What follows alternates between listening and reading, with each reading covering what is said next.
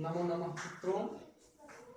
संस्कृत प्रवक्ता की कक्षा आप लोगों की आज ये जो मैं बताने चल रहा हूँ क्लास में नीति शतकम का है, जो भर्तृहरि का बहुत ही सुंदर ग्रंथ है नीति शतकम। अब मैं मॉडल टेस्ट पेपर आप लोगों के लिए ये लेके आया हूँ और जितने दिन एग्जाम बचे हुए हैं प्रति सब्जेक्ट पर मैं अब आपको मॉडल पेपर टेस्ट के द्वारा, जिससे कि आप क्या पढ़े हैं अपनी तैयारी को आकलन करिए कि आपको क्या आ रहा है। नहीं भी आ रहा है तो मैं इतना मॉडल टेस्ट पेपर करा दूंगा कि काफ़ी हद तक आपको उससे लाभ होगा। और एक बात ध्यान दें, इस समय जो भी पाठ्यक्रम है चाहे वो साहित्य से है तो साहित्य पे आधारित सूक्तियाँ हैं, उनको भी ध्यान में रखना पड़ेगा। और प्रवक्ता के लिए दर्शन है, भारतीय दर्शन है, भाषा विज्ञान है, व्याकरण है, काव्य शास्त्रीय ग्रंथ है, इनको एक बार अच्छे से पूरा पढ़ लें। और किसी भी शार्ट तरीके का ट्रिक का प्रयोग आप लोग नहीं करेंगे। यदि वास्तव में परीक्षा में सफल होना चाहते हैं तो शार्ट ट्रिक नहीं, एक बार मूल ग्रंथों को अवश्य पूरा पढ़ लें, फिर क्वेश्चन उससे करें, क्वेश्चन आंसर कि आप कितना कर पा रहे हैं क्या नहीं कर पा रहे हैं। और आज जो मैं लेके आया हूँ ये नीति शतकम है। नीति शतकम आपके टीजीटी के सिलेबस में है और संस्कृत साहित्य आपका है तो प्रवक्ता में भी अगर इससे क्वेश्चन आ गया तो आप ये नहीं कह पाओगे कि हमारे सिलेबस में नहीं है। इस प्रकार हम टीजीटी पीजीटी सम्मिलित जितने भी ग्रंथ हैं सभी का मॉडल टेस्ट पेपर आपको कराएंगे। चलिए हम लोग मॉडल टेस्ट पेपर का प्रारंभ करते हैं, लेकिन उसके पहले इतना अवश्य कहेंगे कि ये जो मॉडल टेस्ट पेपर आप करने जा रहे हैं, तैयारी कर रहे हैं, प्रवक्ता तैयारी कैसे करें। पहले मूल ग्रंथों का अध्ययन करना होगा। बिना मूल ग्रंथों को पढ़े आप मत सोचिए कि आपकी तैयारी पूरी हो गई है। अच्छे से पूरे मूल ग्रंथों को पढ़िए और एक एक बिंदु को ध्यान से देखें, फिर प्रश्न उत्तर देखें, फिर हमारे द्वारा जो टेस्ट लिए जा रहे हैं इसको आप करने की कोशिश करिए और हमें कमेंट करके बताइए कि आप आज के हमारे टेस्ट में कितने प्रश्न सही किए हैं। ईमानदारी से बोलिएगा कि आप जो अब मैं टेस्ट चालू कर रहा हूँ इन टेस्ट में आप कितना प्रश्न कर पा रहे हैं। उसके बाद फिर ये आकलन हो जाएगा कि आप कहाँ तक क्या पढ़ाई किए हो और क्या आपको पढ़ने की जरूरत है। तो आप ईमानदारी से कमेंट बॉक्स में बताइएगा हमसे कि सर मेरा कितना प्रश्न आज के इस 20 प्रश्न का ही मेरा मॉडल टेस्ट पेपर है, कितना आप सही करते हैं। चलिए हम लोग प्रारंभ करते हैं बिना विलंब किए और आप अच्छे से तैयारी करें। और अभी तक अगर हमारे चैनल पे आप नए हैं, सब्सक्राइब नहीं किए हो तो निश्चित सब्सक्राइब करिए। उसके बाद बेल आइकन की बटन जो है घंटी के आकार की बनी है उस पर अवश्य टच कर दें, जिससे कि जो भी मेरा मॉडल टेस्ट पेपर या जो वीडियो मेरे द्वारा बनाया जाए वो आपके पास तुरंत सूचित हो जाए, सूचना पहुंच जाए। इसे शेयर करिए। संस्कृत के छात्र संस्कृत वर्धनम, मैं चाहता हूं कि जितना अधिक से अधिक लोग संस्कृत पढ़ें। ये मेरी पूरी तरह से निःशुल्क कक्षाएं चल रही हैं, मैं पूर्णतः निःशुल्क आपके लिए दे रहा हूं, तो आप इसका लाभ लें। शेयर करें, कमेंट करें, लाइक करके हमें अवश्य बताएं कि आज आपका पेपर कैसे गया। चलिए मित्रों हम देखते हैं आज नीति शतकम में आपकी तैयारी कैसे है। तो पहला प्रश्न नीति शतकम का है कि व्यक्ति धन प्राप्त करता है। व्यक्ति किस प्रकार से धन प्राप्त करता है? अपने भाग्य से, अपने कर्म से, वरदान से, गुरु की कृपा से। ये सारे प्रश्न पूछे गए हैं और जो नहीं भी पूछे गए वो पूछे जाने की संभावना है, ऐसे प्रश्न है। तो आप बताइए कि इनमें से आपको क्या आ रहा है।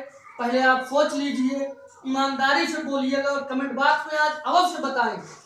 यदि आप लोगों का परफॉर्मेंस अच्छा रहा तो मैं इसी प्रकार से पूरा टेस्ट पेपर पर डे लेके आता हूं और सब आपको रिवाइज करा दूंगा।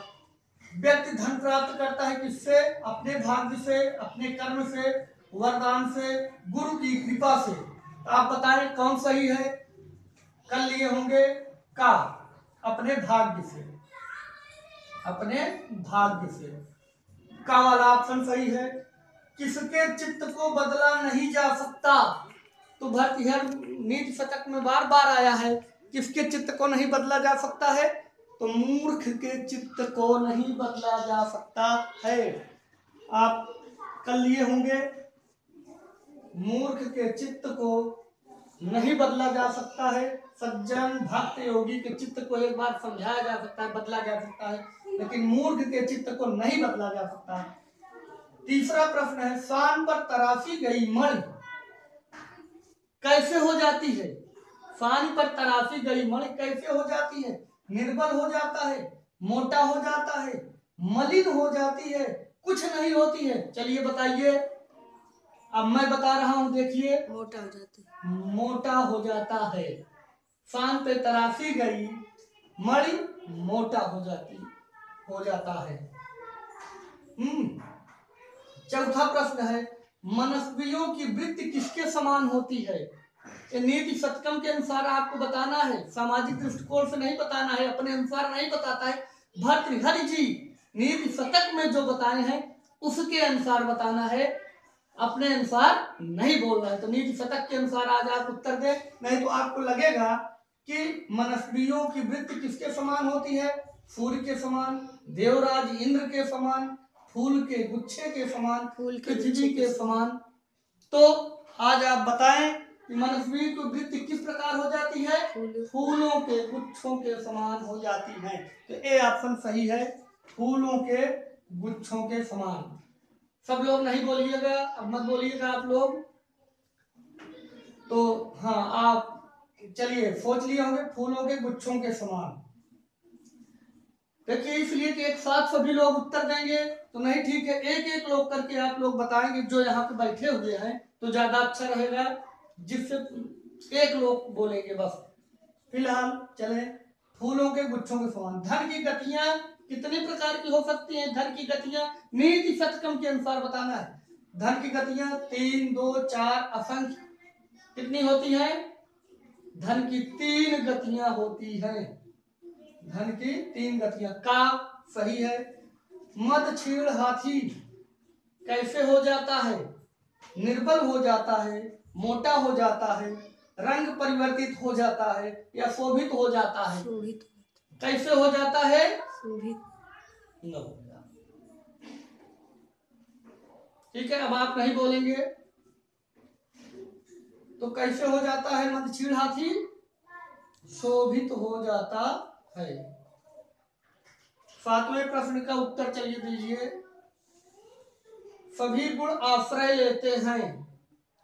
सभी गुण आश्रय लेते हैं। किसका आश्रय लेते हैं? देखिए, साहस का, धन का, सज्जन का, कर्म का। तो सभी गुण सर्वे गुणा कांचनम आश्रयंती। आप ये सूक्ति पढ़े हैं, उस दिन भी हम बताए थे शायद। सर्वे गुणा जो हमारे क्लास में है, ये तो सब लोग पूरा जान रहे हैं क्योंकि इनको अच्छे से बता दिया गया है, इसलिए इनको पता है, जो तुरंत अब इनको दिक्कत नहीं हो रही है। आप लोग भी ईमानदारी से बताइएगा, कमेंट बॉक्स में अवश्य बताइए। बार बार कह रहा हूँ कि आप कितना प्रश्न इन 20 प्रश्नों में हल कर पा रहे हैं। तो सभी गुण आश्रय लेते हैं धन का, सर्वे गुणा कांचनम आश्रयंती, धन का आश्रय लेते हैं। कुल का नाश हो जाता है। किससे कुल का नाश हो जाता है? सुपुत्र से, कर्म से, कुपुत्र से, पुत्रियों से। आपको लगेगा ये तो सबसे नाश हो सकता है, लेकिन नीति शतकम के अनुसार क्या है? कुपुत्र से धन का, कुल का नाश हो सकता है कुपुत्र से। यदि एक कुपुत्र पैदा हो गया तो समझिए कि पूरा आपका कुल बर्बाद हो गया। सैकड़ों प्रकार की चाटुकारिता से कौन खाता है? कुत्ता, मनुष्य, निर्धन, हाथी। हाथी। 10वें प्रश्न में देखें, कुत्ता भोजन देने वाले के सामने क्या करता है? आप लोग सब लोग खिलाए होंगे, कुत्ते को औस खिलाए होंगे, तो क्या करता है? कुत्ता भोजन देने वाले के सामने क्या करता है? पूंछ हिलाता है, गुर्राता है, भौंकने लगता है, काट लेता है। तो क्या करता है? कुत्ता पूंछ हिलाता है। जितनी जल्दी ले जाएंगे पूंछ ऐसे ऐसे हिलाता रहता है। तो शेर गोद में आए हुए सियार का क्या करता है? आपको सबको पता है कि शेर स्वयं शिकार करके खाता है और दूसरे को शिकार को भी नहीं खाता है। तो जब अगर उसके पास शेर के पास सियार आ गया तो उसको क्या करेगा? मार डालता है, छोड़ देता है, उसकी ओर तीव्र दृष्टि से देखता है और शांत बैठा रहता है। भले आया है सियार, किसी भी तरह आया है, बैठा रहे, वो भी मेरे तरह नहीं, वो उस शिकार को क्या करता है, छोड़ देता है। 12 कठिन असिधारा व्रत किसके लिए कहा गया है? कठिन असिधारा व्रत किसके लिए कहा गया है? दुर्जन पुरुष के लिए, कृपण के लिए, सूरवीर के लिए या सज्जनों के लिए? तो कठिन असिधारा व्रत सज्जनों के लिए, जो ज्यादा कठिनाई अच्छे लोगों के लिए ही होती है। राजाओं द्वारा किसे पूजा जाता है? राजाओं द्वारा किसे पूजा जाता है? चलिए जल्दी से आप बताएं। धन को, विद्या को, पशुओं को, देवताओं को।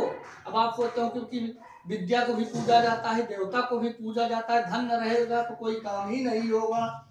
लेकिन नीति शतक के अनुसार जो सही है वो है विद्या को पूजा जाता है। राजाओं द्वारा किसे पूजा जाता है?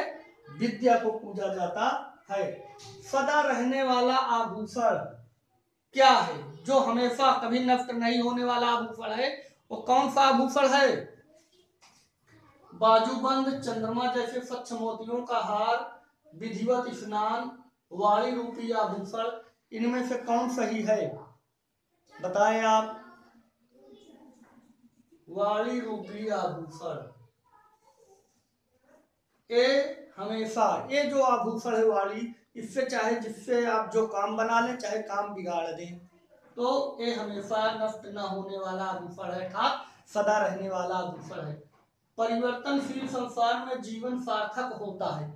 इस परिवर्तनशील संसार में जीवन कब सार्थक होगा?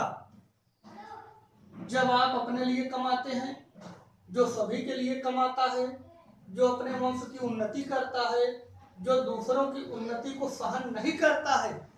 कौन सही होगा? बताएं। ईमानदारी से करिएगा तभी आपकी कमी बाहर आएगी और आप अच्छा कर पाएंगे। इनमें सही है जो अपने वंश की उन्नति करता है, जो अपने वंश की उन्नति करता है वो उनका जीवन सार्थक होता है। 16वें प्रश्न में आइए देखते हैं हम। मनुष्य हाथी के समान मदांध कब हो जाता है? मनुष्य हाथी के समान मदांध कब हो जाता है? मनुष्य जब सुरापान कर लेता है, जब धनिकों के संपर्क में आता है, थोड़ा ज्ञान पा लेता है, जब कार्य में सफल हो जाता है, तो मनुष्य कब मदांध होता है? तो एक देसी कहावत है कि अधजल गगरी छलकत जाए। जो अधजल गगरी होगी वही ज्यादा छलकेगा, वही मदांध होगा। तो आप कर लिए होंगे, नहीं भी कर पाए होंगे, तो देखिए इसमें सही क्या है कि जब मनुष्य थोड़ा ज्ञान पा लेता है, क्योंकि अज्ञा सुखम आराध्यते सुखतरम आराध्यते विशेषज्ञ सुख, ये वाला श्लोक आप पढ़े होंगे। तो थोड़ा ज्ञान पा लेता है तो मनुष्य हाथी के समान मदांध हो जाता है। जब कार्य में सफल हो जाता है नहीं। 17 नंबर पर मनुष्य का सर्वज्ञ होने का ज्वर कब उतर जाता है? मनुष्य कब समझ लेता है? जब मनुष्य अपने आप को समझे कि मैं ही अहम ब्रह्मास्मि, मैं ही ब्रह्म हूँ, मैं ही सब कुछ हूँ, मैं ही सर्वज्ञ हूँ। लेकिन उसका ज्वर कब उतरता है? जब वह विद्वान के संपर्क में आता है। कब होता है? जब सभा में जाता है, जब मूर्खों के साथ में जाता है, जब राजाओं के पास में जाता है। दिन में मैं एक ही विकल्प ही दिया हूं कि जब विद्वानों के संपर्क में आता है। मनुष्य का ज्वर तब उतरता है जब वो विद्वानों के संपर्क में आता है। जैसे जब आप कितना भी घर में बैठ के पढ़ाई कर रहे हो, लेकिन जब टेस्ट पेपर आपके सामने आएगा और या परीक्षा हाल में जब आपके सामने पेपर आएगा, तब आपका ज्वर उतर जाएगा। जो कम पढ़े हैं और जो बढ़िया पढ़े हैं उनके ज्वर चढ़ता ही नहीं है, वो तो सही करके परीक्षा पास करके चले आते हैं। इसलिए हम यही चाहेंगे कि आप लोगों को भी ज्वर न चढ़े। अभी जहां कमी हो उसे कमेंट बॉक्स में हमें अवश्य बताएं, मैं उस हिसाब से आगे भी कार्य करूं और ताकि आप भी और अच्छे से पढ़ाई कर सके। आइए 19वें प्रश्न, लक्ष्मी किसे नहीं रोक पाती है? 18वां प्रश्न है ये कि लक्ष्मी किसे नहीं रोक पाती है? वीरों को, कवियों को, विद्वानों को मूर्खों को। लक्ष्मी किसको नहीं रोक पाती है? बताएं, लक्ष्मी किसे नहीं रोक पाती है? वीरों को, कवियों को, विद्वानों को, मूर्खों को।